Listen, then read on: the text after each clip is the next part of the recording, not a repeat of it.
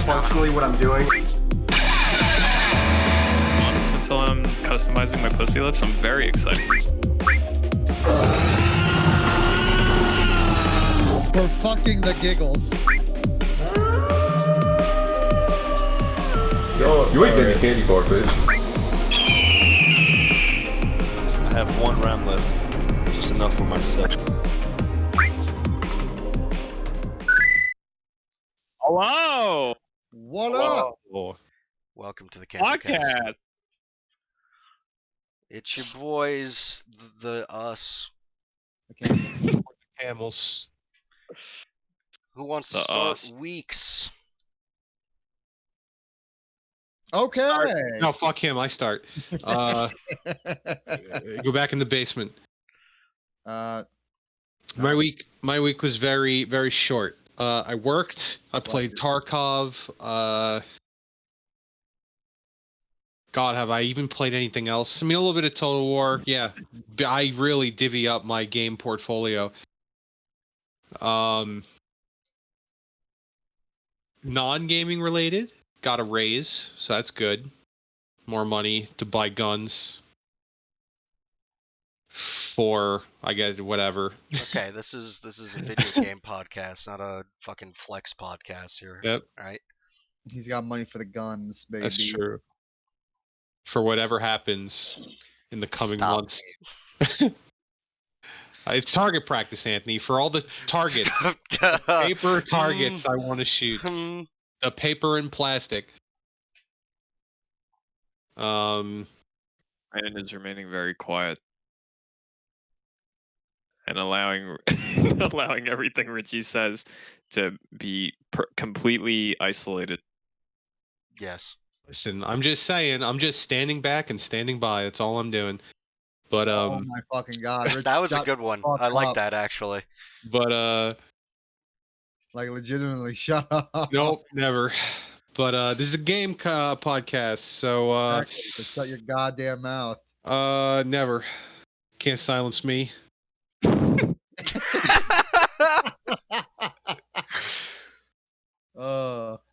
Besides that, I mean, I haven't talked to Brand about this, but like our Dota guild is becoming very cold. Yeah, but I don't really mind because it ends in like 9 days. And I was gonna put out a message, which hey, maybe one of our guildmates listens to this. I was gonna put out a message on the guild chat that says, thank you for participating. If you're on our friends list, you're the only ones we care about. So I was gonna put out a simple message, but not with that last bit. Yeah. I was just gonna be like, hey man, the cult was fun. Goodbye. Goodbye. Because I highly doubt that when the 9 is around, that they're gonna keep guilds in the game. I would be. They'll roll it into Dota Plus. Yeah, or they will. That's very likely, actually. Depressingly likely. Do I even want to know what Dota Plus is? Is that a subscription thing? What is that? Yeah, it is. Jesus fucking Christ. It's not as bad as it sounds. No, it sounds real bad though. Bad. No, it is bad. Trust me, listen, I'm not defending it. It's trash. But like, it's not the worst because you give them like $50 once a year and you get the service. What is the service? Would you like to know what the service is? I want to know how angry I should be.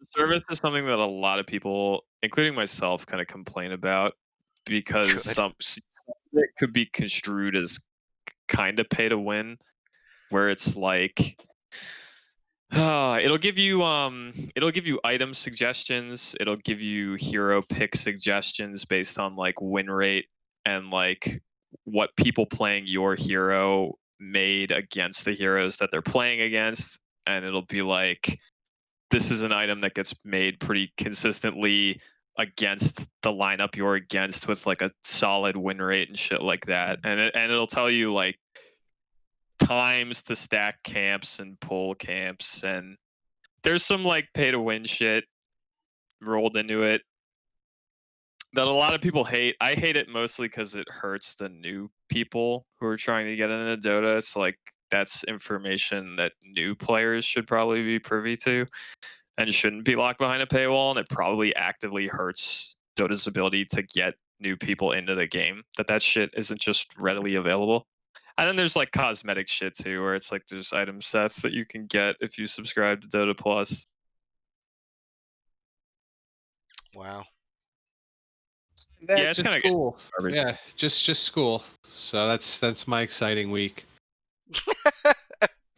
He's too depressed to talk. He's too depressed to talk about it anymore. Okay. And for $50, you'll get guides, better edition. Yeah, that's literally what it is. Nice. Okay, cool. Guides are in the game already, but they're like, hey man, we'll give you guides literally based on stats and win rates and stuff.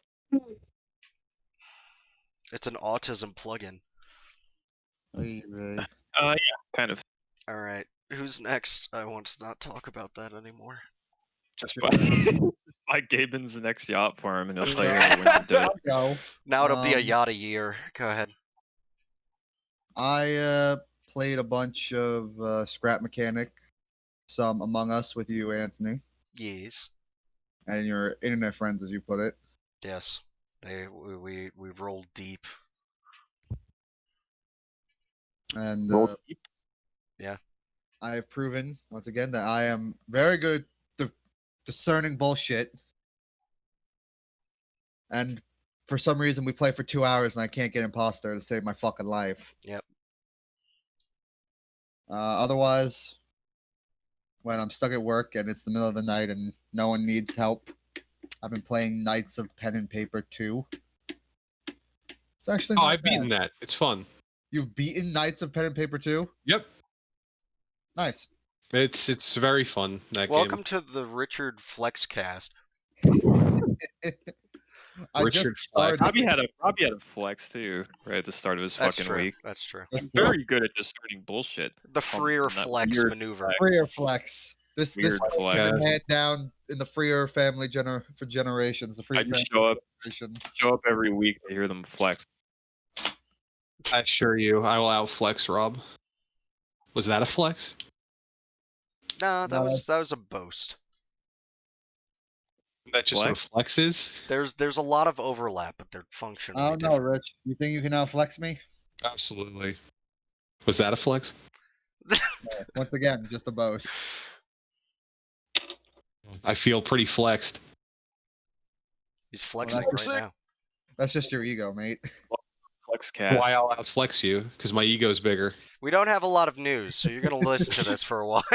Yeah, you're gonna hear me and Richie like just We doing. got plenty of news. No, I'm just joking. It's fine. This is something me and Richie do often. Flex at each other. Dick swing. That too, if that's what you want to call it. I'm like trying to flex while also trying to like write a few paragraphs about the Enlightenment. So Is forgive that a me. flex? Is it? I'm Is it? flexing while writing. I'm sorry if my flexes aren't on point. You see, I'm writing a term paper as I'm flexing. A little flexy to me. Have like a flex like chart, you know, with like tally marks to see who flexes more. Yeah, everyone keep track at home and then write in the comments who you think won. Yeah, who do you think flex the most? Guess now, and at the end, we'll tell you. I'm not gonna tell you. Because we all know it's me. Was that a flex? That was a flex. He can't stop flexing. You gotta just like put a big buff man flexing with my face on it. You know, my avatar. Fucking Armstrong from Full Metal Alchemist. There you go. Boom. With the wolf head. That's some flex. That's why I was making the joke. This flex has been handed down in the Freer generation, Freer family for generations. That mine's superior. Oh. So now that your week has been Your flexed, week. Yeah, now that the week has basically been told, and then me and Rich basically just went back and forth. Brendan, you want to talk about your week? Sure, dude. I'll talk about my week. I'm sitting here fixing my Tarkov stash while you talk about while Yeah. everyone's flexing. I'm playing Scrap Mechanic. God, what the fuck did I even do? I played a lot of Tarkov still. That always teeters on the brink of fun and suffering depending on the night. God, I feel like I did something new, but I legitimately don't remember. I feel like it's literally been nothing but Tarkov and me working on the thing I said I was working on last week. And I had a plan to get that done before this podcast, and then I didn't do that because I got caught up in some tedious elements of it that are taking me quite some time. oh, But I remembered something for your week. You owe us a review, my friend. oh shit, my gamer gum. Mhm. That's right. Did Boys, you get your Gamer Gum? the gamer gum came in. How was it? I'm not currently chewing it. I would put a piece in for the sake of the podcast, but I'm not going to do that because I'm chugging Red Bulls at the moment, and that's not a good combo. That's too much gamer. You'll start it's saying too- the gamer word. Yeah, I'll start 360 no scoping around my house. It's good. It's actually not bad. I got the tropical punch flavor, and to be completely honest, for the $27 I spent on it, or like 28, it's a lot of gum. It's like it's a significant amount of gum. I can't really see how many. I'm not 100% sure how many packs are in here just from looking at the box. 1, 2, 3, 4, 5, 10 packs of these bitches with however many sticks are in each. I don't remember. The Amazon page probably said it, but I don't recall. It tastes pretty good. Tropical Punch gets 2 thumbs up. I don't know if it's if all that energy juice that they supposedly put in it is actually doing anything when I chew it. I bet that it's not. And I bought it as a joke. Red Bull. Yeah, it's true. It's probably weak to me, but it's good. I actually give it. I give the Gamer Gum. hilariously stupid gamer gum 2 thumbs up. There you go. This brand Tropical Punch is good. I don't know about the other ones, and it probably doesn't actually do anything that it implies that it does, but it's good. Well, that's just advertisement. Well, I know for a fact, you talked about we played Tarkov. We played a couple rounds together, and I'm pretty sure the entire time I heard you chewing the gum, we just got dumpstered, actually. Like, that was a very bad night of us getting just rot. Well, me especially. Yeah, was that the night that we just went to dorms over and over again and just Yes. got shit on? Yeah. Yeah. I was doing it before that, though, and the night before that I was doing pretty good, you know? So the gum giveth and the gum taketh, much like Tarkov. There you go. Results may Did you vary. know that all the taurine and B vitamins and all that dumb shit that they said, and the ginseng that's in this gum, improves your 360 no scopes? How much it improves them, I don't know, but it does improve them. Nice. It just sounds like you're taking probably the safer equivalent of like JT crushing up Adderall and snorting it.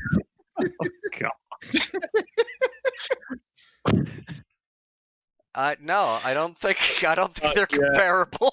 A, that's not even remotely the same thing. B, never thought that would get brought up on the podcast. Well, there it is. Sounds like you're taking a bunch of shit, like, you know, meant to boost up your awareness to make you better at the game. Like I said, a much safer version. It's got B vitamins and green tea extract in it, which is code for it's not doing anything. It's just fucking gum, dude. The other one is Adderall, a prescription medication. You just say it had like ginseng and all that shit and taurine in it. I think it does. Oh, hold on. I thought I read that, but now I'm on their main site and I only see a unique gum infused with B vitamins and green tea extract. What's it say on the package? I don't think ginseng is Adderall. It's kind of dark in my room right now, but I'm looking. Let's see. Yeah,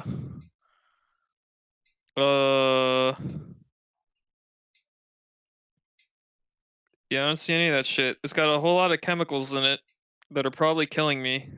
There's some vitamins, a lot of vitamin B. Whole lot of B vitamins. A metric shit ton of B vitamins and niacin.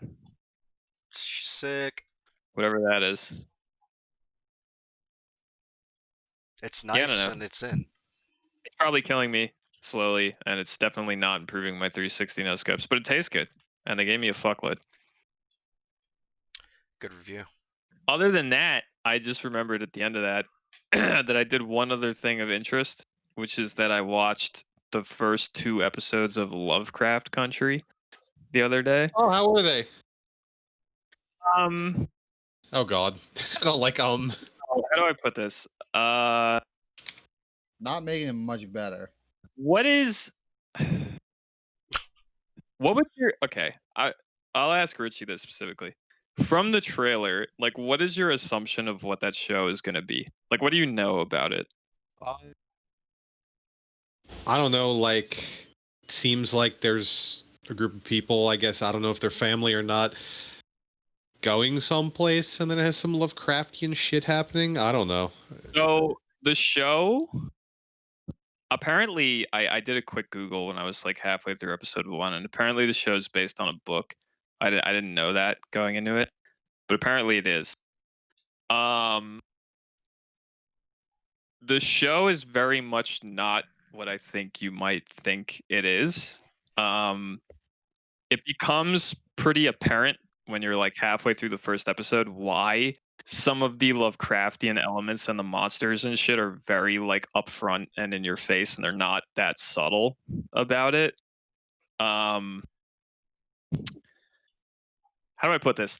The show is apparently the book that the show is based on, which is a book by the exact same name as the show, deals in kind of creating like parallels between like racial segregation era United States and like Lovecraft's writing, and like who he was, and like how abhorrently racist he was, and like his fear of the unknown and shit like that. And then it kind of it creates like a connective tissue between that and like the plight of a black person in America at the time of racial segregation. So when you're watching the show, you go into it, if you're like me and you're completely ignorant of like the book that it's based on and like when the show is set, you go into it being like, oh, I'm going to get some like weird Lovecraftian horror story out of this.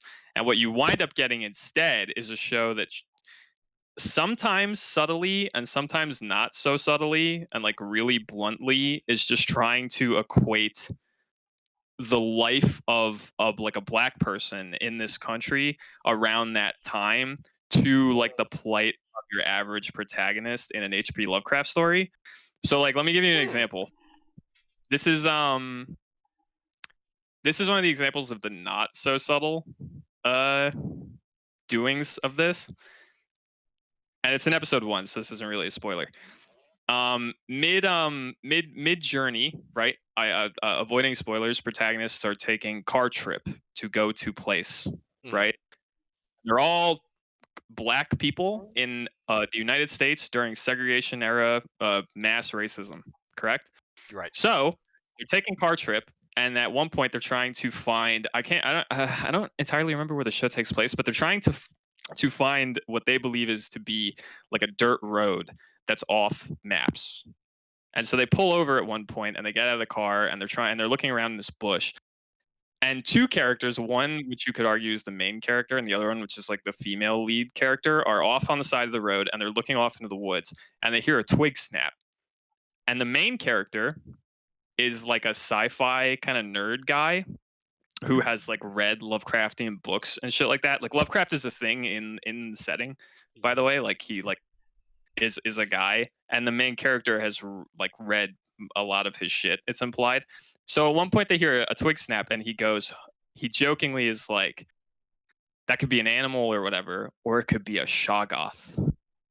And there's nothing happening, right? Like there's no music or anything. And the female lead is standing next to him and she goes, what the fuck's a Shoggoth? Fair. And then he takes like 10 seconds and he explains it. Once again, nothing's happening, right? And then behind them, But what you can see, the viewer, is that behind them in the road, pulling up to their car, is a cop car, and out of said cop car, as he's explaining what a shoggoth is, steps a white man, police officer with a shotgun, and then they turn to see him, and there's a music stinger, and there's like little things like that where it's like they're clearly trying to like it's an interesting premise, honestly, like drawing the line between like there's no other way to put it other than like what we know is like Lovecraft's pretty rank fucking racism, and like the way he would write things about fear of the unknown, things he didn't understand, and shit of that nature, and how people in this country were going through something not too dissimilar, but in a very real sense. You know? So like I'm only 2 episodes in. It's a very interesting concept, but it treats the actual like eldritch Lovecraftian elements very as not like as a very like foreground element. Like it's all very in your face, and it's clearly not, at least at the point that I'm at, supposed to be like the actual brunt of the concept of the show, you know? And what I'm kind of explaining is, I think, supposed to be the more like heady theme of it, and is the actual point of the show. So it's not what I was expecting going into it, but it's quite good for the first 2 episodes that I've seen. And Well, that's good. I want to watch it. I just gotta find the time. BRB, I'm gonna go use the bathroom. Okay. Don't go into it expecting like fucking like subtle Lovecraftian storytelling or anything like that. That's very clearly not the point of the show. It's more about what I explained, which is like the equating of real life plight of people in this country around a similar time of Lovecraft's writings. It's interesting. I'm enjoying it. I'm curious to see if it diverts from its themes past like episode 2, but I highly doubt that it will. So but I'm enjoying Shoggoths were inside us the whole time. Yeah, well, the white people. The Shoggoths were inside the Lovecraft specifically. Richie's going to become a Shoggoth very soon. A white man with a shotgun. We're all shotguns. There's another example. This was like a more subtle moment in the show. But like there's another example where the little girl character of the family is like creating the safe travel guide for like black people and people of color in the country at that time. Oh, like Green Book. And she has like, yeah, so she has like maps, and she's like of like counties with like the roads, and she's like marking on the maps like monsters and stuff, and she's drawing them. And you can see as there's one shot where she's like flipping through it, and you can see that like on some of them there's a map, and she's drawing these like hunched over like werewolf people and these like fucking troglodytes and shit like all over the county map. And then at one point she flips it, and you get a few frames of just like 2 KKK members that she's drawn on the map, and it's like, I see what you're doing. You know, it's the idea of the plight of the real person, the minority in this country around that time, being equated to the plight of a protagonist in a Lovecraft novel dealing with monsters, but now the monsters are real, you know? Right. Cool. It's an interesting concept. I recommend it, and that's pretty much my review of it. Neat. I guess I will go. Pretty similar across the board. I actually missed an episode of The Boys. I should probably watch that sometime. Can I? No, yeah, too, because no other time we can talk about this. I guess it could have been a news story, but whatever. Did you hear that Altered Carbon got canceled? Really? It did. Dang. No season 3. That sucks. It does suck, because even though season 2 was not that good in comparison to season 1, I would have liked to have seen it get better potentially. Or worse. Yeah, or worse. But I would have liked to have seen if they could bring it back to that like season 1 height of quality. We'll now always never. have that first season. Instead, I gotta go read the books. Yeah. So yeah, that's unfortunate. Cool. I mean, working. I also played Tarkov with the boys, and I really need to reach level 10. I think my strategy is going to be just buying cheap shit and just running around factory with nothing I care about and a shotgun and just farming scavs until I level. You could do that. Because You fuck could the do that. quests. You could also just do quests. I could, but no. And then yeah, I played a lot of Among Us.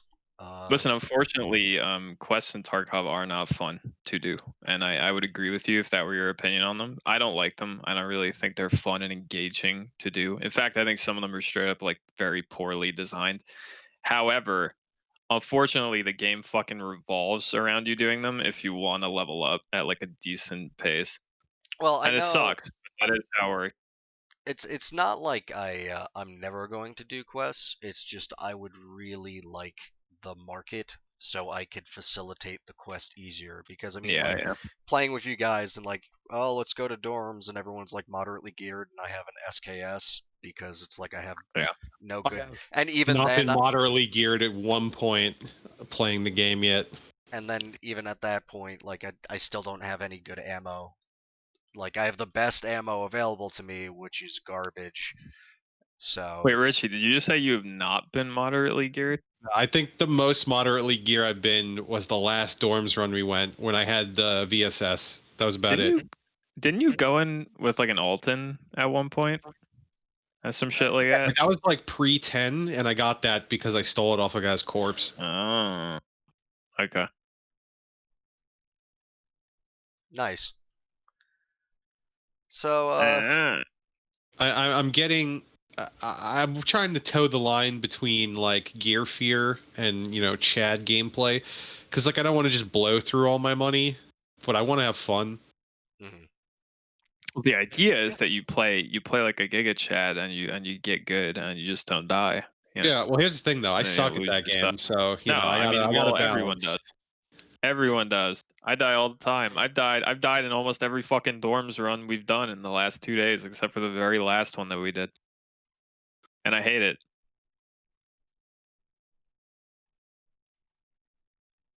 But Tarkov giveth, and Tarkov taketh, saith me between sips of Red Bull. But yeah, it's I really want to hit 10, and then I don't know. I'll It's Kuman, baby. You'll get it. yeah. Play, man. Gotta play to get the levels. That's I true. believe in you. I've been fairly busy just with a whole bunch of stuff, so that's been keeping me out. But yeah, I'm close. I could taste it. I'm at like low 9 right now, but that's because I was just like going into customs and then getting shot and getting like 0 experience for Portline, find 45 Sanitar, minutes. dome him, and then die, and you'll just get like 2K experience. Nah, that's okay. Instead, I'll just kill 20 scavs with cheap ass shotguns, with cheap ass buckshot, with a cheap ass paka, and have some fun blasting some morons while gaining experience and feeling like I'm actually contributing to playing the game, because it's all fun and So games anyway, I to started blasting. say I will be able to dome Sanitar and get 2K experience, but really But you won't. I will surprise Sanitar. I'll aim at his face, I'll click the button, and then my bad bullet will do nothing to his face, and then he will have killed me in the past. All you need is Magnum Buck one shot, dude. I've done it. Guess who can't get any Magnum Buck because he literally can't get Magnum Buck. So I'll drop you some Magnum Buck. it's quite alright. I will get We'll go into Shoreline, drop him a pile of Magnum Buck, and then say, go to the pier and hope. Regular Off Buck with is you. fine for me. And scavs are good. And then when I reach 10, then we could do that. Because I will have armor and mods on the shotgun instead of just cheap ass, and then we will be rolling deep in the loot and the contributions. Tarkov giveth, and Tarkov taketh. But yeah, I think that's all of that. So let's hit up this here news. Wow. So it was a pretty light week, I will say. And even there's some of these news stories that there's not much to talk about in them. Like our first story here is Sega did a thing, and by Sega I mean Tokyo Game Show existed. And there was a bunch of things talked about. I didn't really watch it, but there were little tidbits here and there, little morsels that I picked up and was just dipping my toe into. And the most interesting to me was a long time ago. As a matter of fact, all the way back in goddamn Sega days, there's this little fighting game called Virtua Fighter. And gotta educate the kids on Virtua Fighter. Yeah, because it's been dead for years. They don't know. It's like Armored Core levels of dead, where it's just like kids have grown, they've graduated, and people are unaware that this game used to exist. But they did like an ad for like an esportsy thing, and then showed a very high-res Virtua Fighter man. I don't even remember the name of like the main Aikido guy from Virtua Fighter, so I will just call him the Virtua Fighter. Kage? Kage. Yeah. No, isn't Kage the ninja? No, I think it was Kage. I think. I could be wrong. Let me go look. I'm curious. Am I right? Oh no, yeah, you're right. Fuck. No, what's Akira. Akira. Yeah, that was close. So anyway, Akira I got someone. I knew somebody. Is the boy. And yeah, so they showed a high render version of him, and then they were like, "Oh, it's coming. Esports, baby." And I don't think that they're going to host an esports tournament for a game that the latest installment was like launch PS3. So a lot of people are like, "Oh my god, is Virtua Fighter 6 going to be a thing? Are we going to get big knees and elbows again?" So that created a little bit of buzz, but unfortunately, that's literally all we know. Is they showed the tease, and it could very well be like a weird, just like they're bringing back Marvel vs. Capcom 2 for a tournament. It's just like, here's our Virtua Fighter 5 tournament. It's not impossible. That's a good point.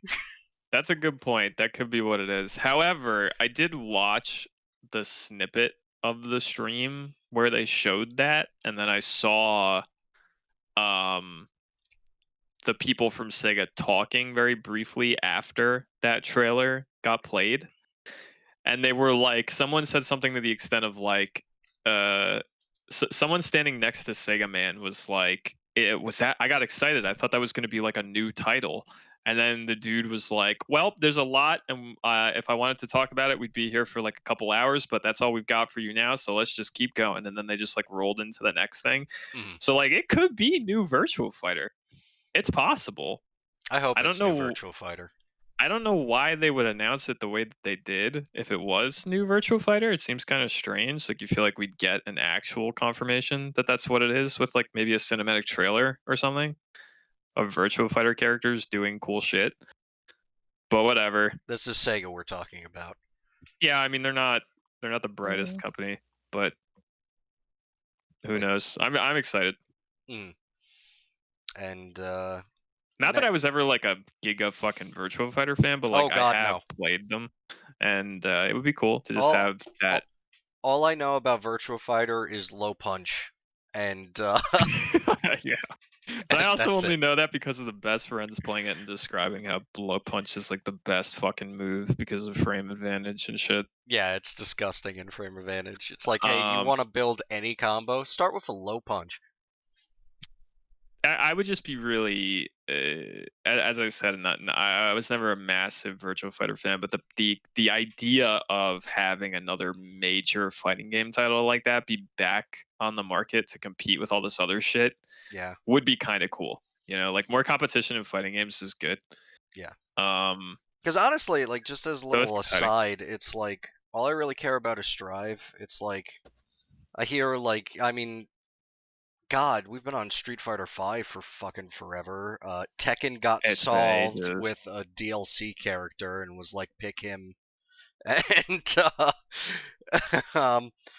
And then it's like Strive's coming out. That's cool. And then I've never gotten to like the hyper anime fighters like Under Night in Birth Redux Level 2 Hyper Turbo, whatever the hell it's called. Under Night in Birth. So yeah, it would be nice to have Virtual Fighter 6 show up again. Oh, and yeah, MK11 was like, yeah, but Injustice though. So it'd be nice for like a breath of fresh air, I would say. Not wrong. Not entirely wrong.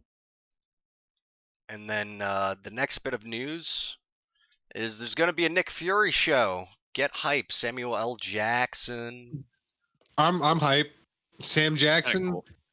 It'll be good. That I got no Disney Plus, so I don't know if I'm gonna watch it, but it is cool. ain't got no Disney Plus. Disney Lieutenant Plus. Dan, you ain't got no Disney Plus. Lieutenant Dan, I ain't got no Disney Plus. Send me some Disney Plus. Next thing, going through it quick. Why did that get you? I don't know. It just the idea of send me some, like it's a subscription service, and it's just like I'll have the sampler. But like gifted Me a little bit. It's of very Disney Plus. Very yeah. Can I have a morsel of Disney Plus? Oh, mouse. Can I get 5 minutes of Disney Plus, please? Disney. Thank you. 5 minutes of Disney Plus. Disney Plus, please. Disney Plus, please. Thank you. Send me some Disney Plus. Speaking of more shows, Resident Evil is getting a CG show on, I think it was Netflix. I read, yeah. This is weird because I think it's a CG movie, isn't it? Oh, well, believe- it says in the title anime series. Oh, does it? Yeah, but it could be one of the movies because they've done a lot of those. Which, by the way, I'm fairly certain none of you guys have watched the CG movies. Yeah, You've told me about them. I have watched all of them. They are all ridiculous, hilarious, not good, but very entertaining. So if there's a show, Series.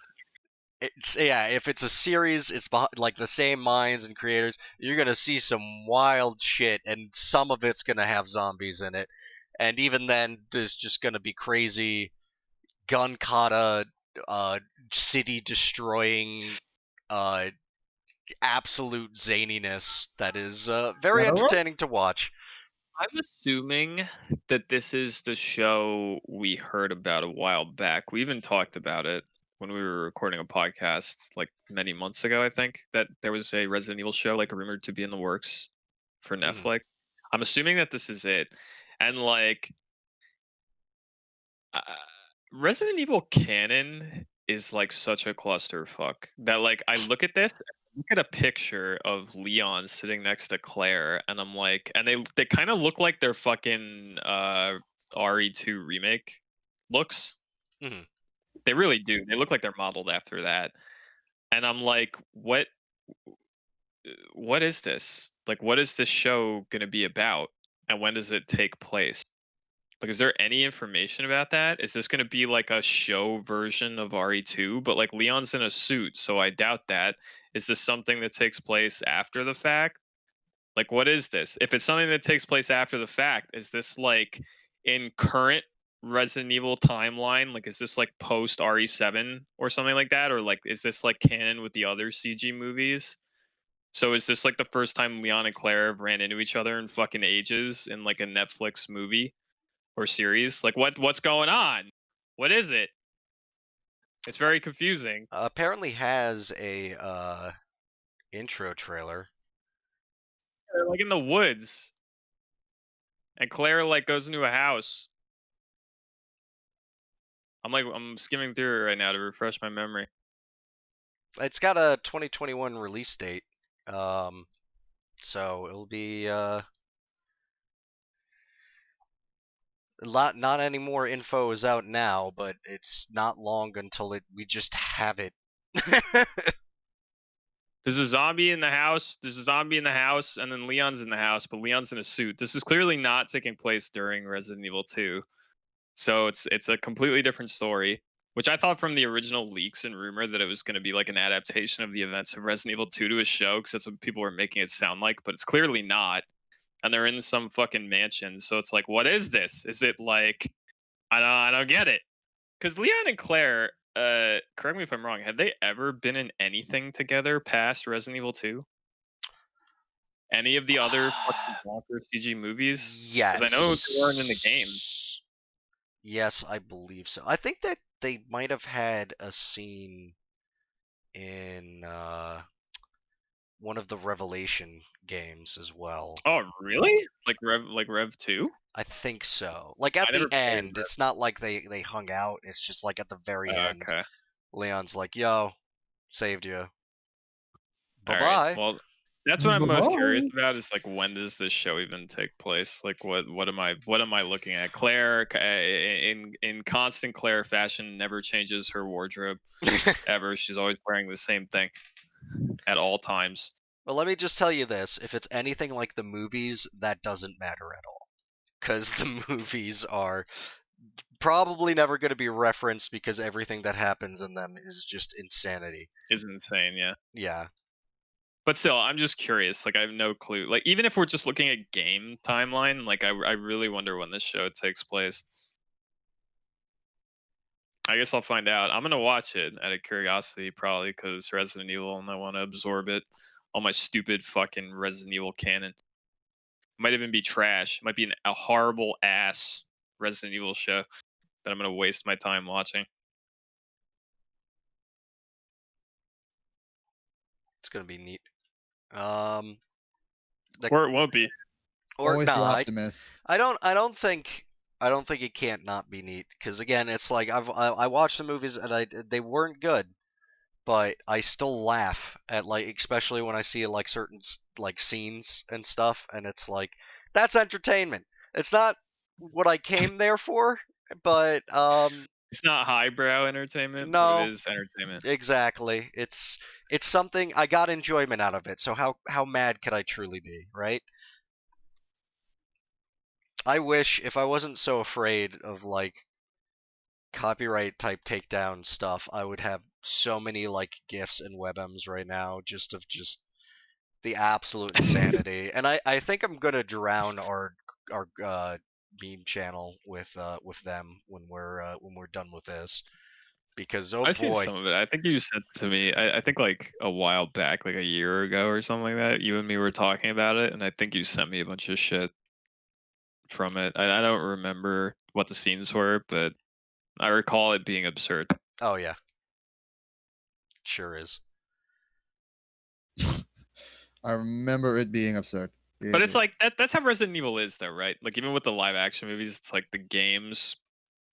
There's such a weird like thematic dissonance all throughout the Resident Evil series, right? Where it's like, and I mean, it happens with the games too, because like if you compare like RE6 to like 7 or like 2 or 3 remake, they're basically like completely different games. Yeah, you know. But like but between the games and the movies, it's like, and from what I've seen of the CG movies, it's the same thing, where it's like they may as well be completely different universes. Yeah, like a parallel dimension is what the fucking CG movies take place in. Basically, yeah. Well, I don't know. I mean, 6 got pretty nuts too. It's no, 6 got insane, but nobody talks about 6, and we'll all just pretend that it's not canon. There you go. The only cool part about Resident Evil 6, God, I'm on a huge Resident Evil tangent right now. The only cool part about Resident Evil 6 is that Sherry Birkin came back, and that's it. Everything else about that game is trash. It's all fucking ass. I'm still waiting for my Billy Cohen and Carlos spin-off game. Do you know what the original plot of Resident Evil 6 was going to be? Have I ever talked to you about this? No, what? No. So the original plot of Resident Evil 6, you know how there's like the clone Ada? Yes.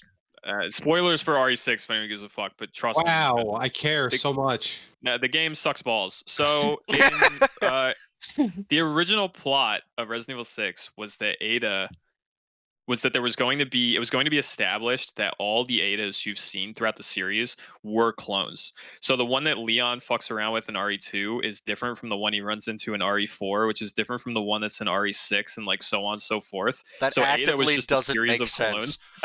I know, but that's what it was going to be. Apparently that was going to be the original plot of RE6, and then somewhere along the line they threw that shit out completely and just went with there's one and it's evil, and it's in RE6. Thank God. Because that would have been, because like even like half the interactions before just suddenly just don't make sense at all. Yeah, it's fucking bonkers. When I heard that shit, I was like, "What the fuck?" It could have been even worse than it already is. And that game already sucks balls. Oh man, wow, what could have been? I love Resident Evil for how like there's never been a series in the history of time that's had such a roller coaster ride of like good to trash to decent. All throughout like every property that comes from it. Oh yeah. And it's such a clusterfuck in terms of like what's canon and what's not. Yeah, that's or what true. people are willing to acknowledge as canon as well. Yeah, it's that's really very true. bonkers. The next thing is a little bit of update about the Epic Apple slap up. Oh, I love this. Take it away. This shit is amazing. Hold on, let me pull up the article just so I don't get the quotes wrong. I want to remind myself about it. Okay, so Judge Yvonne Gonzalez Rogers says that Epic Games was, quote, not honest with their intentions regarding in-game purchase actions, even stating that Epic's defense actually bolsters Apple's initial claims that the former took a contract-breaking stance when implementing its own programs against Apple's app review standards. Basically just dunking all over Epic and everything that they've been doing for the last few months, and I love it. It's incredible. There was a colorful interpretation of Epic's prosecuting attorney that I just want to phrase. So what she essentially said was that, what she actually intended, but this is not what it picked up at all as, was that, Apple was always a monopoly, and then, but they didn't pick up this suit because Epic didn't realize it until the disagreement, which is a pretty terrible argument in and of itself, but like the actual wording makes it seem like Apple wasn't a monopoly until the exact moment that they banned Epic, and that magically transformed Apple into a monopoly. Like they weren't up until that exact moment in time. But that's just because lawyer talk is like needlessly complicated, and so a lot of people were reading it incorrectly. But either way, I don't think it's the best argument. But I mean, we've been over how like Apple is a POS, but that doesn't make what Epic's doing any less retarded than it is. Yeah, no. Just to clarify, for one of our 5 viewers who maybe didn't hear our podcast where we talked about this originally, just to clarify, I'm not taking sides on this because I would never take sides on a massive company versus massive company fucking fight. It's stupid and it's pointless, and they don't give a shit, and they both suck. But it's incredible watching Epic try to, like, everything Epic's been doing in terms of like the fact that and I was pretty vocal about this the first time we talked about it, that like they were wrong from the jump. Like clearly they just breached a TOS and then tried to create a fucking militia of 12-year-olds to rally against Apple. It's literal insanity. And the fact that a judge is actually calling it out is fantastic, because it's like anyone with 2 brain cells could see that what Epic did was not right.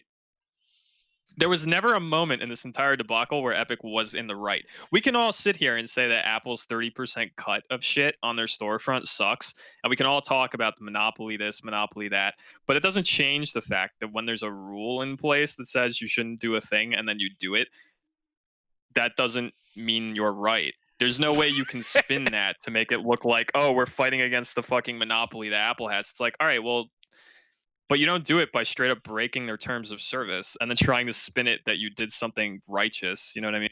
Yeah. And a judge just slam dunking on it Man. is fantastic. And I love it. Thank you, Miss Gonzalez.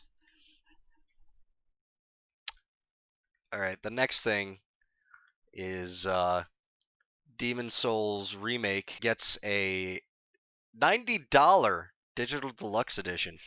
Which have you seen? Have you seen what it comes with? No, I've not. I am I read uploading it it now. Okay, I'm excited.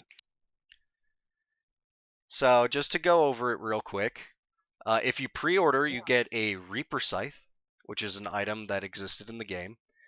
But the digital deluxe edition comes with Red Eye Knight armor, a Boletarian of Royalty armor, a Hoplite shield, Ritual Blade, the original soundtrack, a shit ton of souls and items.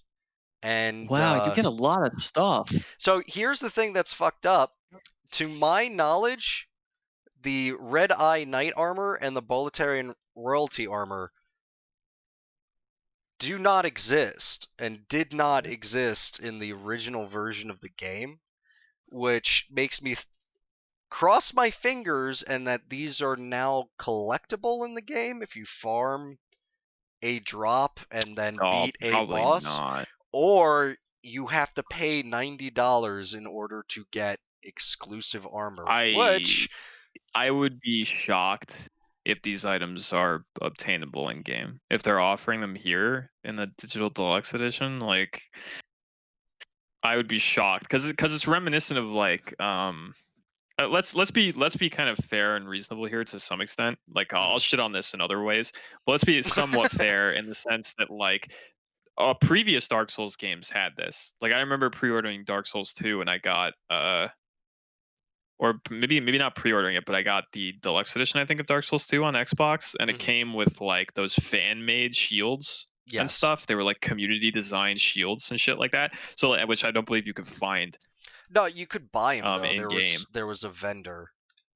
Was there? Yeah, it was the guy before not the castle, the keep where the guy did the dragon experiments, the dragon airy. No, it was the section before that. There's just one guy who's kind of standing there, and he would sell all of the stuff. But yeah, if you bought the digital, that you just got it like right out the gate. You talking about like Aldrich's Keep, like Aldrich's? Yes, thank you.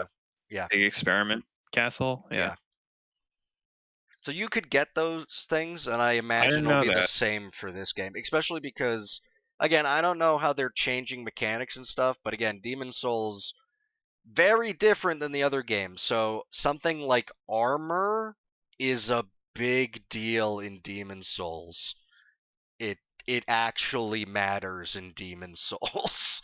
So if something like that is exclusive, that is very bad. And even if it's not, one of the items is a legendary hero soul. That is the biggest soul item in the game. That is giga levels out the gate. That's something like 10 to 15 levels. I imagine that if this is anything like some of the other pre-order bonus items that have been in Souls games before, which I don't actually think 3 had any, if I remember correctly. I don't recall. But I could be wrong. I could be wrong on that. But like 2 let you start with the community shields and shit like that, I believe. I think there was something else too that 2 gave you, but I can't remember.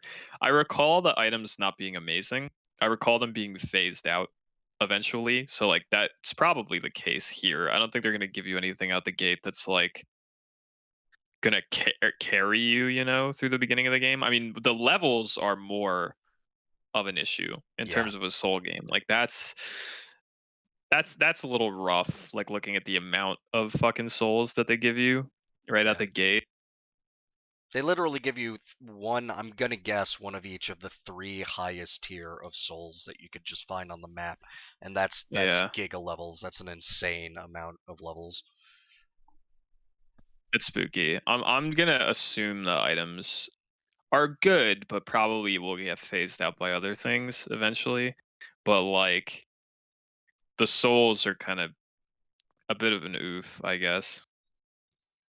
But to be honest, this doesn't bother me that much. There is also a slight meta thing too. In the bottom right is you get 1 Moonlight Stone shard. A very popular meta technique is right out the gate after you've beat like the first boss and you have access to the Nexus and the other Archstones. Jump into 4-1 because there's a I think it's called Crescent Falchion, which is magic falchion, and at that point in the game, it doesn't matter if you're a strength build. That's the best weapon in the game. And guess what? You could upgrade it with. So that's just making the meta strat better because now not only do you have a Crescent Falchion, you now have a +1 Crescent Falchion. That's something you can't be too concerned about that though, because you don't even know if that's still going to be there. Right. I'm just saying. You know, so. And even it's a strat everyone knows and uses. That if you're being meta about things, you don't need it to beat the game. And all it does is it makes the easy start already easier on top of all your crap ton of levels. This is like little bit of a min-maxing abuse. They finally found a way to put an easy mode in Demon Souls. It just costs $30 extra. That's $90. There you go. Easy mode at the beginning. Oh, I'm sorry. Probably. $20 extra.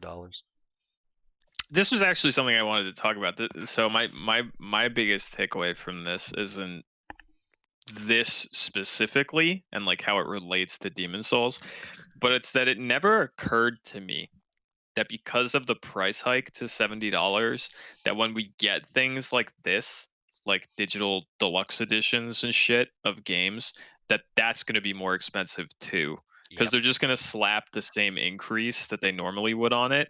But now they're increasing a $70 game as opposed to a $60 game. So I hope everyone out there is very excited to pay close to $100 for deluxe editions of whatever game you would like to buy. Fucking insanity, to be honest. Is any of this shit on the screen even worth $90? Is it worth the extra $20 that they're already asking $70 from you for? Kinda. Like, look at this. I mean, you're getting the see, so it says Demon Souls Digital Deluxe Edition to the left, and then it says digital version. I'm thinking that's the art book. So it's a digital version of the art book, which, $20. And you're getting the soundtrack too, so $10 each. That's kind of typical for deluxe editions. You don't think that's just digital version of the game? I hope to God not. This is my hope. I think it is. This is my hope. I'm taking away from it that it's digital version of the game, and then all the items that you'll get alongside of it. Then yeah, that's what I think. Then it's like $10 more expensive than it should be. Because $10 for the soundtrack, sure. Any amount of money for any of these digital items, rip off. Yeah. And then so $20, especially for the soundtrack, even that's like steep.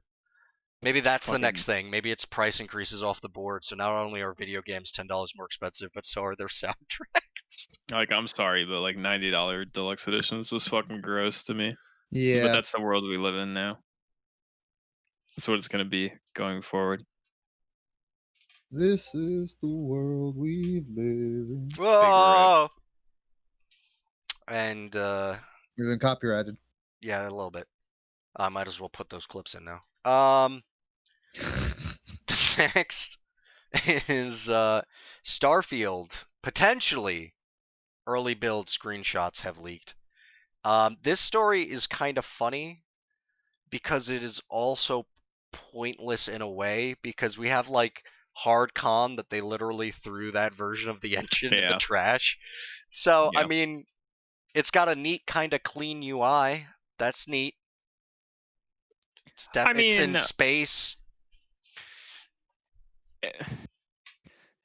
It's interesting in the sense that like a lot of what we're seeing in these screenshots probably are like, the game's probably going to look drastically different, and it's clearly just a spaceship floating in a void. You know, like it's just test shit. Mm-hmm. But I don't know. It was kind of interesting to see a character and to see like perspective of like behind the back camera, like kind of classic Bethesda shit. I like that clearly what we're gonna get. There's a CO2 meter. That's pretty neat. Yeah. It's for the prospects of a like sci-fi RPG. I think the most interesting thing is O2 and CO2 are on this one U-shaped bar. So like, is that I don't know, HP and MP? Is that stamina? Like, what is that? What does that mean? I don't know. That's a good point. They're connected. Why are they connected? Yeah. I guess there is health and stamina in the bottom right of the other one, so I don't know. That's a weird And like thing. a gun of some kind is down there, it looks like, in the UI. Like Looks- under his stamina. Looks shoddy-ish. Yeah. Or the terrible assault rifle from Fallout 4. That's interesting. I hope the game's not shit. Mhm. To go back to what we were kind of talking about last week with the Microsoft buyout, my faith is higher than it would have otherwise been that the game will be okay, but it's like, what am I going to get when Starfield comes out? Is it going to be good, or is it just going to be like a shittier version of what I got with Outer Worlds? Who knows? It's gonna. I love that Bethesda and Obsidian are like under the same roof again. Yes, it really is like poetic. It's so funny because they're already being compared like in every release, and now it's just like tenfold. Especially like the most poetic thing about it is the fact that we're not just talking about like a company that has always kind of been a direct competitor in a way, and like also worked on like a Bethesda-owned property and then was never allowed to do it again.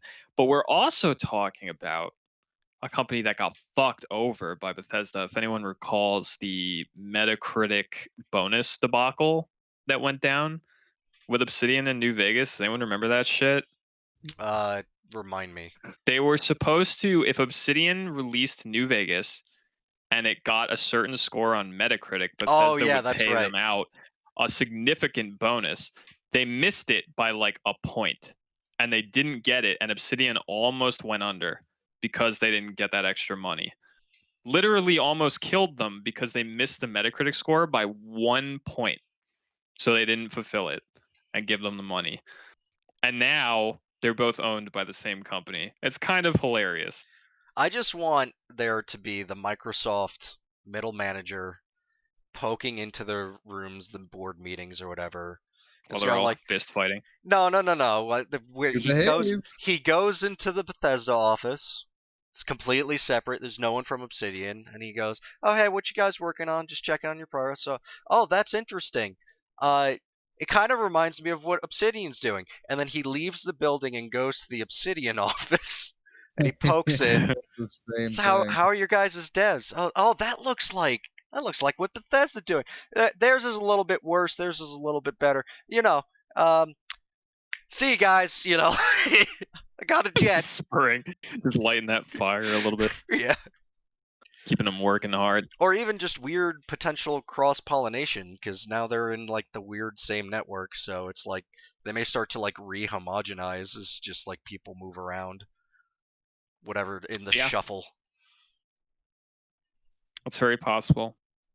I mean, you see it with like EA not that it's worked out for them in the past, but you see it with like what they tried to do with BioWare and shit, like essentially having BioWare break off into like 4 different studios and then being like, having them work together on things, which I actually think, if I recall correctly, was part of why Anthem turned out to be a trash fire. Or maybe it was Andromeda. I don't remember which game which failed to benefit from it. Trash fire by Bethesda or whatever. But like that was a strategy with them. So I could see like Bethesda and Obsidian staffers fucking working together on shit, seeing as how they're owned by the same people now. But who knows? That could actually be detrimental because Obsidian has proven that they're fine on their own. Yeah. And they don't fucking need Bethesda. It depends on Microsoft's level of hands-onness or hands-offness, really.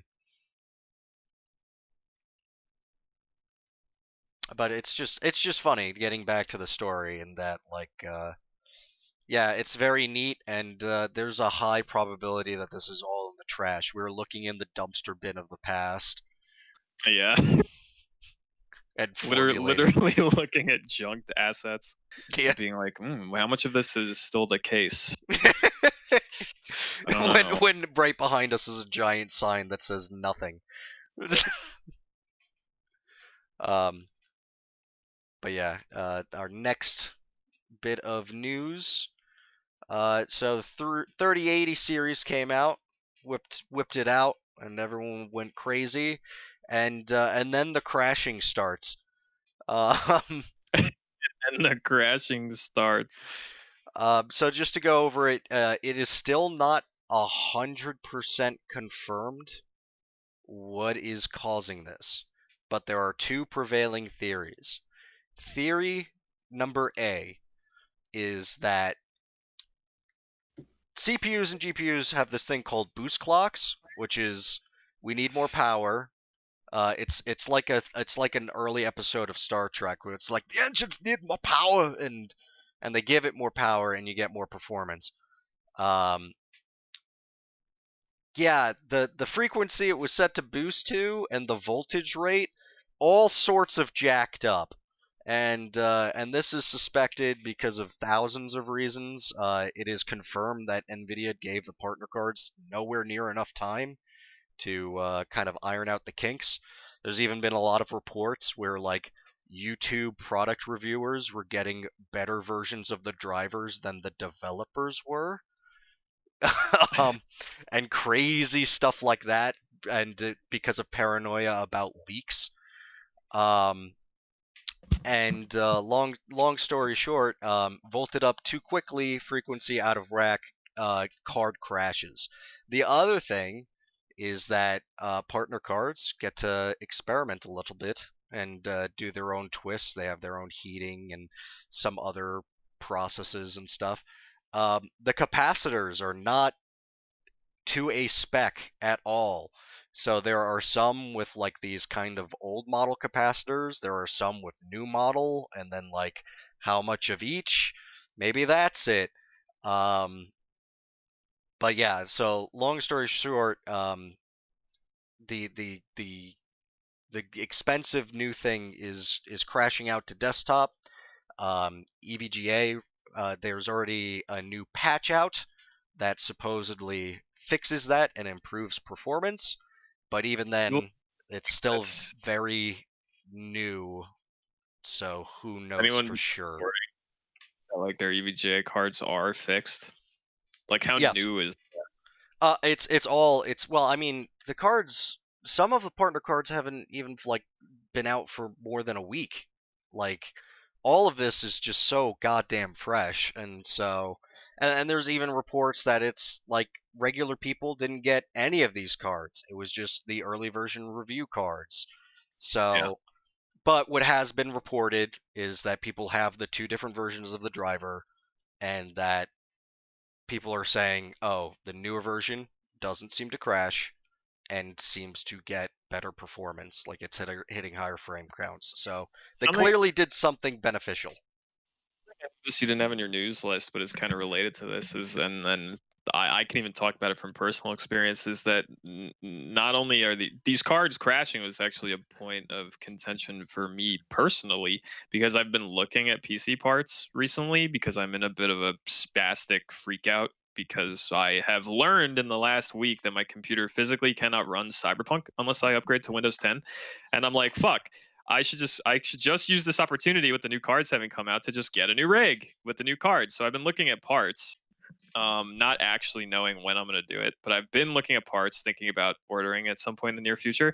And these cards are borderline impossible to obtain. Mm-hmm. You can get like stock 3080s and 3090s with relative consistency, at least from the companies that I'm looking at that will custom build your computer for you. However, if you want a partner card, it's like borderline fucking impossible. They're like all fucking gone. My big thing is I don't know whether to upgrade or just build new. I think mine's still good enough that it just needs a upgrade of maybe definitely the graphics card, but the power supply still I think is pretty good, and everything else on it, the processor and stuff is still good. But that's not to get off the topic of your computer and what you're talking about, but also what I was trying to get to is that you didn't have this in the news list, but the video card pre-orders were all jacked up. Yeah, that's true. Yeah. There's a huge problem with like bots and things of that nature. Apparently, it's speculated that like it's speculated that the amount of people who purchased these cards that were actual human beings is minimal. It appears that like potentially like 90% of these fucking things sold out instantly because people were botting it to all hell. Like apparently people were reporting that the second pre-orders went live, they would refresh the page and it would already say out of stock on like Nvidia's website, shit like that. Like that's how bad it was. And there was like there were no systems in place to prevent it from what I understand. There was no like captcha, there was no like raffle of any kind going on. Like what I think's didn't Sony do something like that with PlayStations or something? Yeah. Like there was no system in place to stop people from botting these cards. So it's speculated that like the vast fucking majority of them that even got sold were sold to bots and like crypto people and shit like that, as opposed to people who actually just wanted, like me, who actually just want to get this fucking thing and put it in their computer. Which is fun because if you search the secondhand market for these things, boy howdy, are they not the cheap that they were promised. Like it's like, hey, we're gonna sell this kick-ass shit for $700, and if you go on like eBay right now, they're going for like 1,500 plus. Apparently, they were like, I was listening to Castle Super Beast, their most recent a clip from one of their most recent podcasts, and they were explaining like, and once again, take this with a grain of salt because we all know anybody who's ever seen like Two Best Friends play content or whatever knows that sometimes Pat will just say shit that's not correct.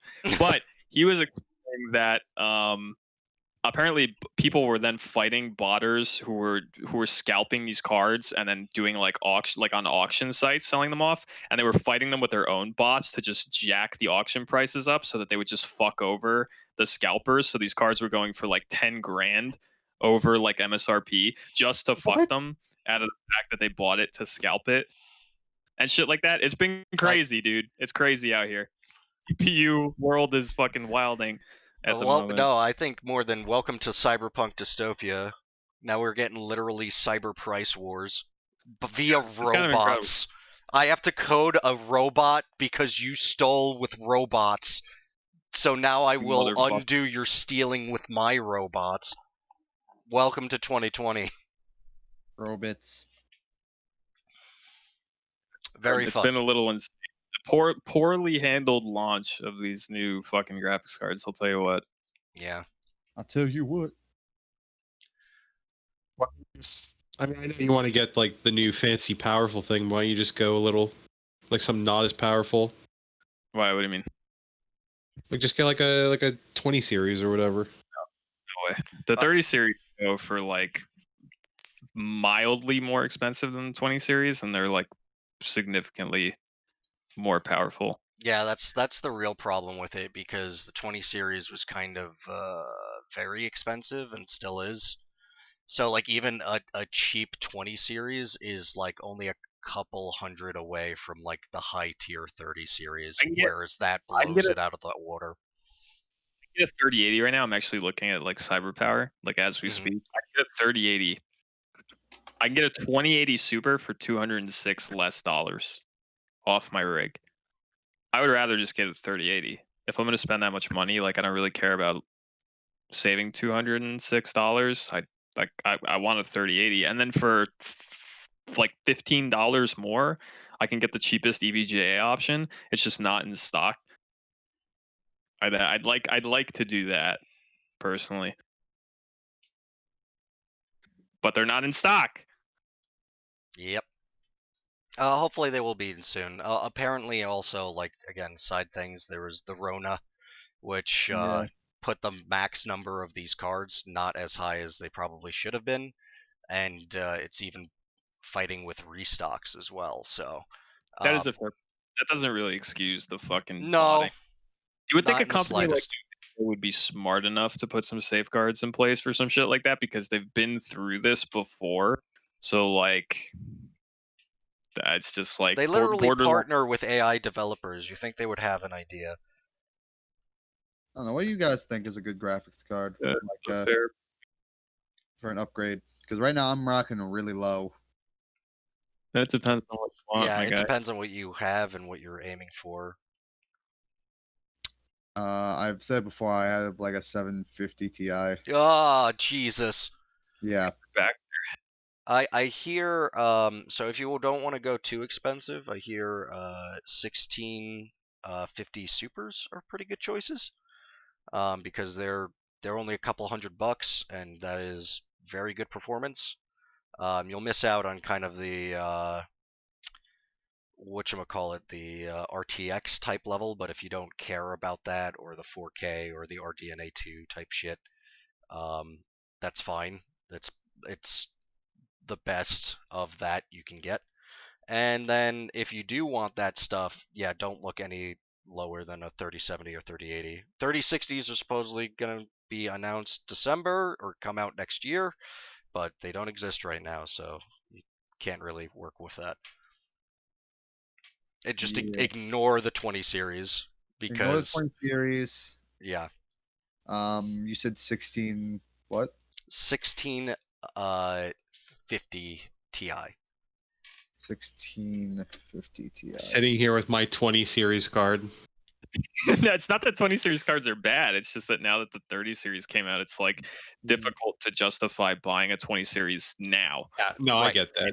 Because I got my computer before that shit even got released. Before these existed, so it makes more sense for you to have it. And they're not bad cards. They're very good. That's probably what I'm going to wind up getting because I've had this computer for a bit and I've wanted to upgrade the graphics card, but I don't really play a lot of high graphics games. It's just even with low graphical games, I'm starting to notice it.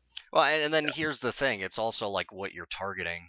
Like even I'm reading a lot of reports and stuff where it's like the 3070s and 3080s, they're good, they're great even, but like because they have all this technology that saves resources on things like 4K and higher frame rates at that stuff, and that if you're going for just like a 1080p 60 frame per second, like 2 gens ago we hit that. You're not going to see even like a lick of more performance, so it's like that I'll probably be good with this than the 1650. Yeah. And I'll just spend a few hundred. That's less than a day of pay. There you go. Oh, flex. We're back. There we go. I brought it back. To the flex. And our last news story, real quick, is Konami did an okay thing. Is that they showed up. They did something okay. They showed up and they were like, PC gamers really like our stuff. What do PC gamers like? They like GOG because, things like that. So here's Metal Gear. Here's Castlevania. Some other stuff I don't remember. And you could buy them. You could play them. And they're kind of old ports. It's not like a remaster or anything, so some people are kind of miffed about that. Or even like just more modern versions of these games even. Like for Christ's sake, Metal Gear Solid HD collection has been out for several years. Like why wasn't that it? Why are we getting these? Yeah. But whatever. Well, I'll take it. You want to play? Yeah, you never play There's a little game called Castlevania. It kind of helped shape an entire genre. A little game called Metal Gear Solid did sort of the same thing. There's a guy named Kojima. He's kind of cool. A little crazy. A little crazy. A little cool. He's all right. Got crazier as time went on. But, he will get even crazier still. And maybe go on GOG. And also, GOG doesn't really do any security type stuff, so find a friend who goes on GOG. Very worst case. I find this to be pretty sweet, and I've considered buying the Metal Gear games specifically. However, I am kind of in that camp of people who are like, why these ancient ports though? Like why? Like HD collection is you have it. It's sitting on a shelf somewhere. Why didn't you port that? Yeah. I don't get it. Like it's very fucking strange. Now granted, Metal Gear 1 wasn't in that. Metal Gear Solid 1 was not in that. But like why didn't we get the MGS 2 and 3 like HD versions ported to PC? Why is that not a thing yet? It's just strange, especially when you consider this as a company that did put out an HD remaster of Zone of the Enders 2 like a couple years ago. Mhm. So why the fuck aren't we getting that with at least Metal Gear Solid 2? It's just kind of strange. However, good on Konami for at least doing something that's moderately cool, even if it's got some negativity associated with This isn't pachinko. I'll take it. Yeah, no, they're doing stuff. You know what would be really cool? It'd be really cool if, as a result of this, like maybe one day we got Silent Hill 2, even if it's like a bad port, but we got like SH2 on PC. Oh, wait. That's right. They lost that, which is why the Silent Hill HD collection is trash. Because they literally had to reassemble the game. Whew. Venting. Good old Konami. Yep. And that's the news. I really love that. How do you fuck that up? If you're Konami, how do you literally lose? Nope. Do we? Didn't we talk? We didn't talk about the pre-orders, did we? Or did I just black out? We talked about Pre-orders of what? graphics card pre-orders. We didn't talk about PlayStation console pre-orders being talked about. Oh yeah, similar story there. Yeah, okay. Oh, and I also forgot to talk about Luna. Oh yeah, that's true. So let's tack it on real quick. The console false shit ending. is fucking crazy. Yeah, go False ahead. ending. False ending. No, there's no false ending. There's editing. Nope, false ending. Leave it in. False editing. False ending. You've been juked. Damn it. I'm pretty sure we all know, and if you don't know, to our viewers, they're canceling pre-orders for next-gen consoles because they can't manufacture them quick enough. Rona. It's fucking crazy. I mean, the fucked up. Yeah, it's nuts, and I think the biggest fucked up nature of it is that the systems. There's a lot of angles to this story that are fucked. Maybe unpopular. I don't excuse Rona in this case because You don't give the pass for Not Rona this in game. this case because they released the system for pre-order much after Rona hit. Like they knew it was going to be an issue, and yet they still put a date, and then they sold them for that date, and now they're for like, oh, we're gonna have problems. Like that's their fault. It's not like, oh, Rona. It's like they knew it was a thing. It's been months and months of this. I think Their fault. You Another- cannot miss Christmas though. As a seller of like these type of things, make all the promises you want, sell all the stock you want, and then back order the rest. People are gonna be mad, but it's worse than you miss the holiday season, especially when you have a direct competitor. We're not even allowed to back order fucking 3080 cards. That's something I forgot to talk about too. That's not even that thing. You can't even order a 3080 and then they'll just be like, oh, we'll send it to you when it's in stock. But anyway, the fucking consoles are like fucked up on in many respects because I think it was PlayStation's. I think Jeff Keighley was interviewing. I believe I told Richie this already, but like there was a story about how Jeff Keighley was interviewing someone from Sony, and the guy was like, it might have been a live stream somewhere or something, and I believe Jeff Keighley asked him something to the effect of, "Oh, you're gonna give us time, right? Like you're gonna warn us about the pre-orders and when they're gonna go live." And he was like, "Yup, we're gonna give you all the time in the world." Unbeknownst to a lot of people who were watching that, pre-orders had already gone live at some retailers and were just selling out.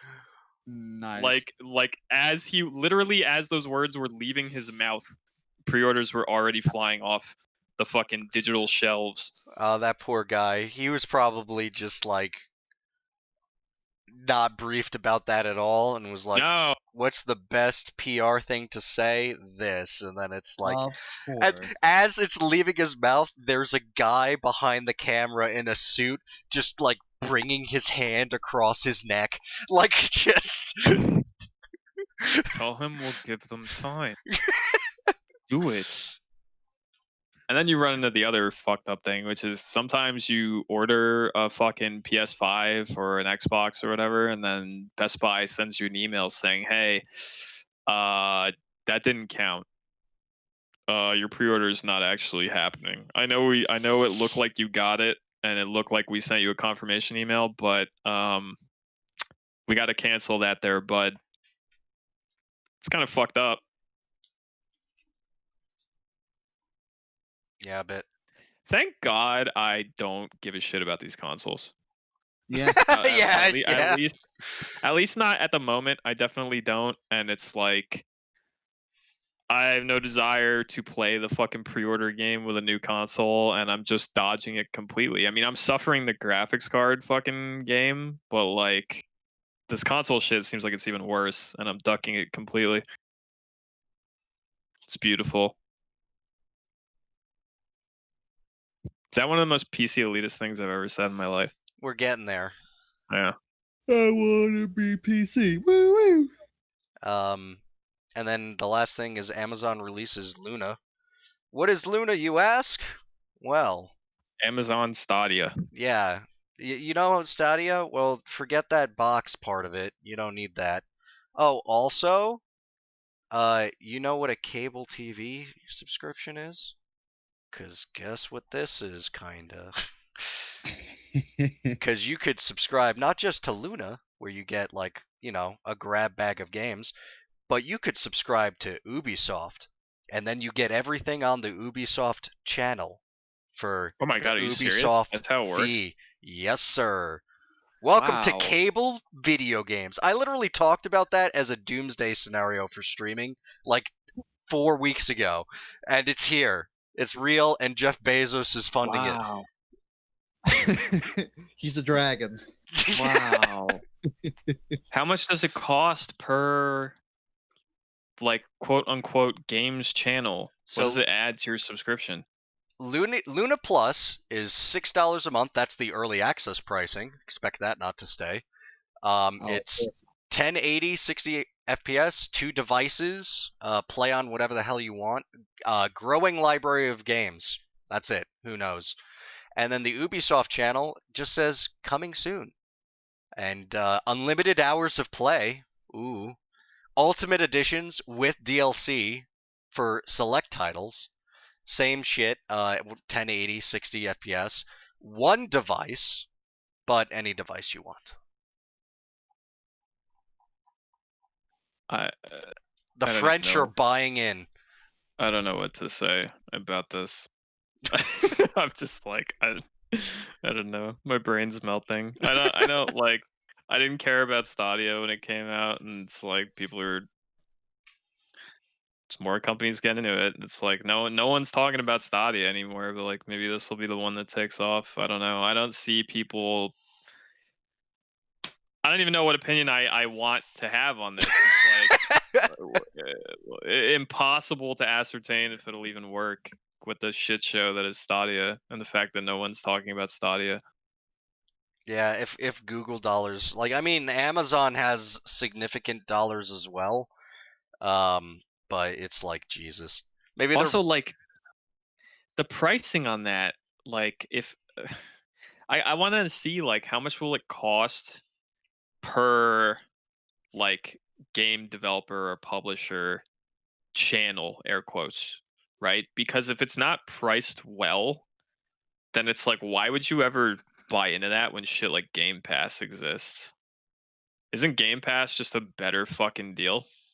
I bet you Game Pass will show up on Luna. Like, why stop there? Get the Microsoft channel.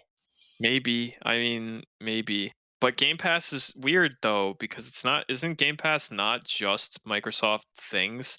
Aren't there other companies putting their games on Game Pass? So it's like, depending on like how Game Pass continues to grow, why would I ever pay for Luna and then like maybe not, I don't know, because then because Luna itself will have games, so technically I don't have to just pay for the Ubisoft channel, and then if I do pay for it, I just get extra Ubisoft shit. Yeah. So like, who knows? I don't know. And then again, the main crutch of this, and this is what puts it kind of above Stadia, is again, it's like full on streaming. So it's like you don't even need a PC. You want to play whatever the hell you want on your phone. Done, you know. Yeah. Well, wasn't Stadia? Stadia has a device, doesn't it? It has like a little box that you put and you hook up to your TV and shit. Yeah. But Luna will just run through anything, is what you're saying? Yeah, it's like even anything at phones all? and stuff. Yeah. So I could iPads. play Doom 2016 or Doom Eternal on my fucking iPhone as long as I hook a controller up to it. Is that what you're telling me? Because I'm streaming it from Luna. That is what they're saying. That's interesting. That's interesting. That brings like Switch level streaming to any device that you want. Yeah. Or Switch level gameplay, not streaming. As obviously the Switch is not a streaming thing, but you get my point. It's like the idea of being able to play shit that's not just Nintendo stuff, like you would do with a Switch, just on your fucking phone wherever you want, as long as you have a controller that you can plug into it. It's cool. It's a neat concept, but like I'm very lukewarm on all these streaming services. Maybe just because they don't appeal to me, and also because Stadia is a trash fire. So I can also see that it's going to lead to a lot of complaints because like sometimes my phone struggles with like 9 tabs, and so I could only imagine if it's trying to like grab 60 frames per second 1080 footage from a supercomputer somewhere, and then even just presenting that to me while Bluetoothing to a controller, like I could see it having a seizure and dying. it's a weird idea, right? Because it's like, oh, you can use Luna on your phone, right? What would the application of that be if you're home? Because most people, if they have the option of streaming shit from Luna through their phone, or they're in their house, so they could just do it on their smart TV or their computer or whatever, they're going to do that instead, right? They're not going to use their phone. And the application of streaming Luna through your phone would be, oh, well, I'm not home or something like that. But if you're not home and you're on like public Wi-Fi or your service connection, you're not going to be able to handle streaming those games without massive latency. So like, I don't really know what the benefit of getting it on your phone would be for most people, but maybe that's just me. I don't know. Maybe I'm missing something. Because computers are expensive, and as we all know, phones are very cheap. And that for real now is the news. Go buy Stadia, everybody. Buy stocks. Don't know it.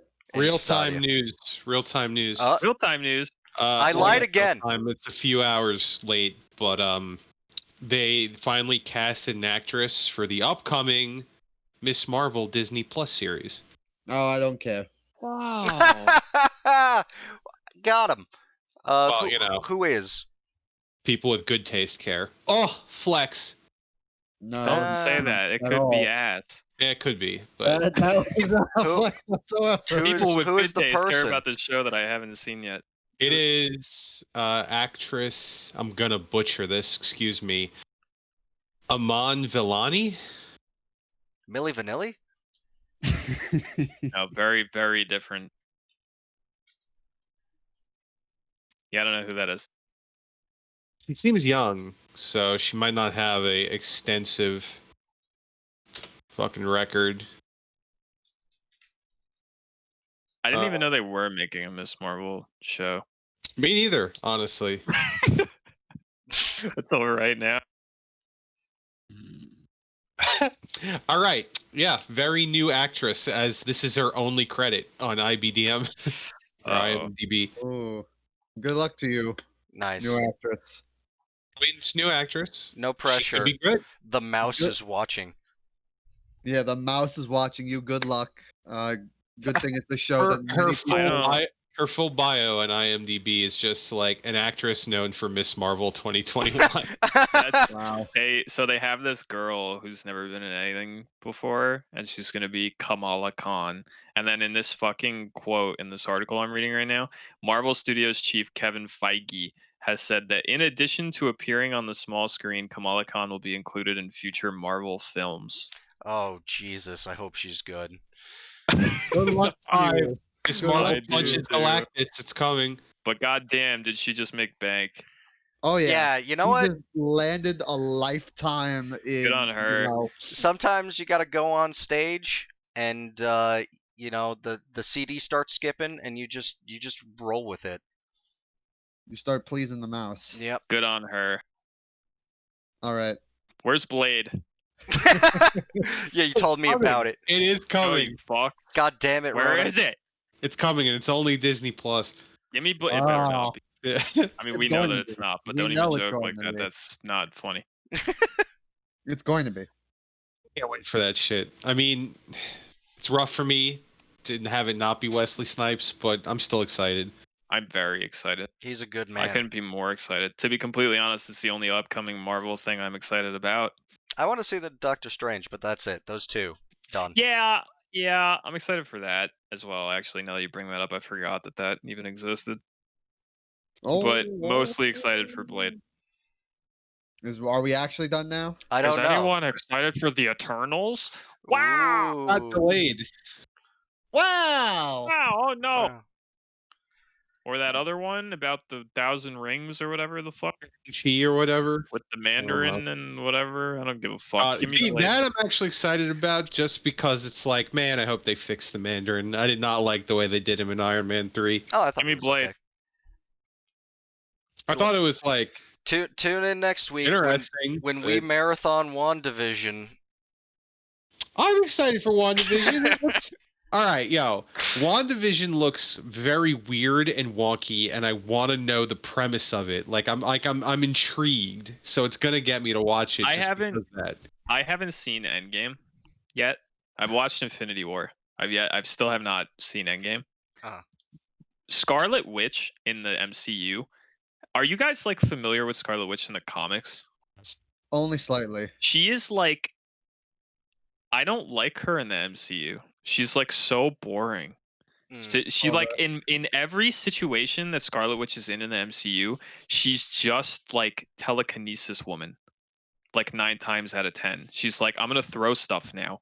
And it's like, but in the comics, She's giga she's strong. insanely powerful. She literally her mutant power is I shape reality. And it's like, now I understand why maybe they don't play up on that much in the MCU, because like, how would you write around that character with all the other characters that are there?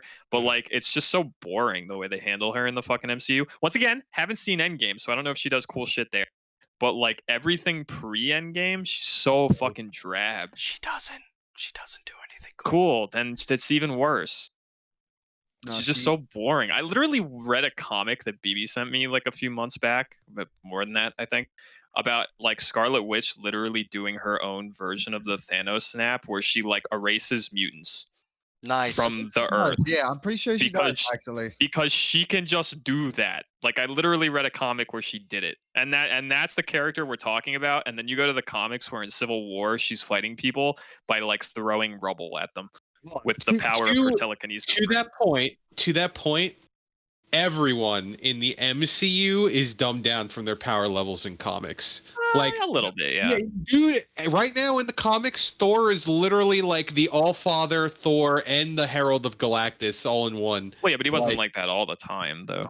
No, but you know, Scarlet Witch also wasn't Thanos snapping people all the time. Like, I think Scarlet Witch was pretty strong even from the jump. Hang Now, on, granted, they I'm not. downgrade in power. Hulk.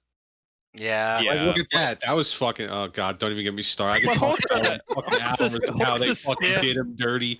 Hold on, we're pretty early on our ending of the podcast anyway, so it's like Hulk's a fucking Hulk's a weird one because his power scales. You know what I mean? It's like you can have like Hulk in the MCU. Wait, but in half the MCU it does, but then the other half it sucks, Brandon. It fucking sucks. Listen, Planet Hulk I haven't when? seen Endgame, but you've told me. I think I asked you, just tell me what goes on with Hulk, and I remember hearing what you said, and I was like, yeah, that's fucking stupid. Even But recently, like, I still don't think Hulk was that bad. I've rewatched parts of Endgame, and I as much as I didn't like it, I understand and don't hate it as much what they did to Thor. Like, see, now that's something I don't know about because I haven't watched the movie yet. Like, or I understand. Like looking more into it, rewatching it, you know, having God, how long has it been since Endgame's been out now? A long time to like process it and look at it, and especially watching it again, I'm like, okay, not a fan, but I see what they were doing, and I don't hate it. Hulk is absolute trash. garbage, and the writing was terrible. Interns wrote for Hulk. I need to watch that movie just to know exactly what you're talking about. Like I said, I'm pretty sure you spoiled most of it for me because I told you to. But like, I need to see the movie just to know, just to see it with my own fucking eyes.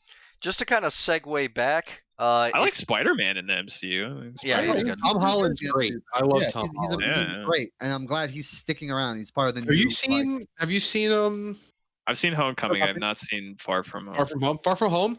Fantastic. I liked Homecoming. I liked Homecoming a lot. I thought Homecoming was great. Far From Home, I like better. Fantastic. Better. I liked it better than Homecoming. Wow. Okay. The whole premise of Mysterio, very good. Fucking awesome. And frankly, Spider-Man's somewhat short moments where he's on screen in Civil War are pretty fantastic. Oh yeah, I remember watching Civil War and being very excited when Spider-Man was on screen because I felt like it was very, very good. I'm excited to see why Hulk is in the dumpster when I watch that movie. That's Thor. So you're not excited for it. Trust me, you'll regret it. Well, like I said, I know some of it regarding Hulk. I don't know anything regarding Thor. So I guess I'm excited. Are you excited for Natalie Portman Thor, by the way? I am. I actually am. I don't like Thor as a character, but I'm excited to see that in a movie. I want to see how they portray it. So like I think don't quote me on this. I want horse. Thor is also going to be, at least in the beginning of Guardians of the Galaxy Volume 3. And I'm excited to see what that is. And then when it comes to the new Thor movie with Portman Thor, and I believe normal Thor is in it too, obviously. I just want to say, yeah, I mean, I'll say maybe excited is not the right word, but I'm interested to see where they go with it. Like, I'm not against it. Like, I'm not going to sit here and be like, oh, misogyny, there could be no female Thor. Like, I just want to see what happens. Like, if it's well written, then it's good. I'm actually very excited about it. Only because the casting kind of blew me away. Because, like, female Thor I knew from the comics. Like, we knew that was a thing. I didn't know that they were going to adapt it to the movies. I had no fucking idea until they announced that. And when they announced it and they were like, "Oh, it's Natalie Portman," I was like, "Wow, that's that's quite a casting." Like, I don't look at Natalie Portman. I don't watch scenes from Black Swan and I'm like, "Oh, that's gonna be Thor." You know what I mean? Like, it doesn't really fit. But I'm kind of excited to see how it does because it's gonna work probably.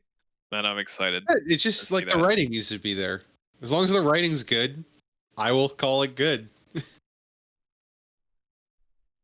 gonna be Blade, god damn it. Yep. Blade will be good. I'd be amazed if Blade. Yeah, I'll take Blade wasn't good. Hold on. Let's not make some predictions, okay? Let's not write some checks our asses cannot cash. I will. Because Blade could be bad. This is a Disney-made Blade that is more than likely not going to be R-rated.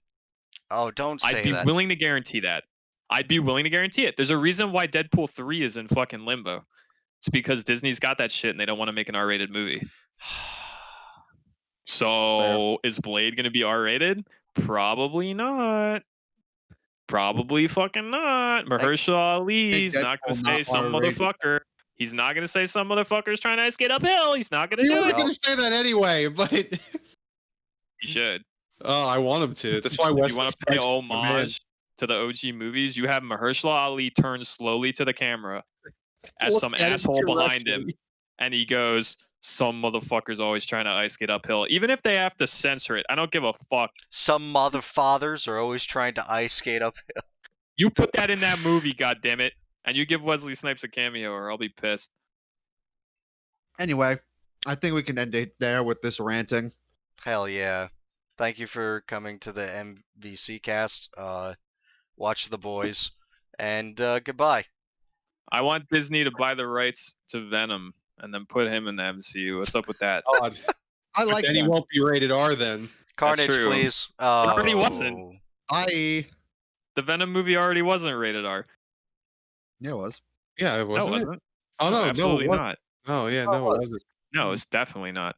There's rumors that 2 was going to be R because of Yeah, Carnage. Carnage is in But it. then- God, Yeah, I'm so gotta have excited. R for I'm so Carnage. excited for fucking Woody Harrelson as fucking Carnage. Except Rona made that movie fucking Thanos snap. So who Yeah. knows? I'm excited about that movie too. I'm not excited if they announce it and go it's PG-13. Then I'm gonna be like, Okay, How bye do now you- for real, no, bye. no, fuck you, no.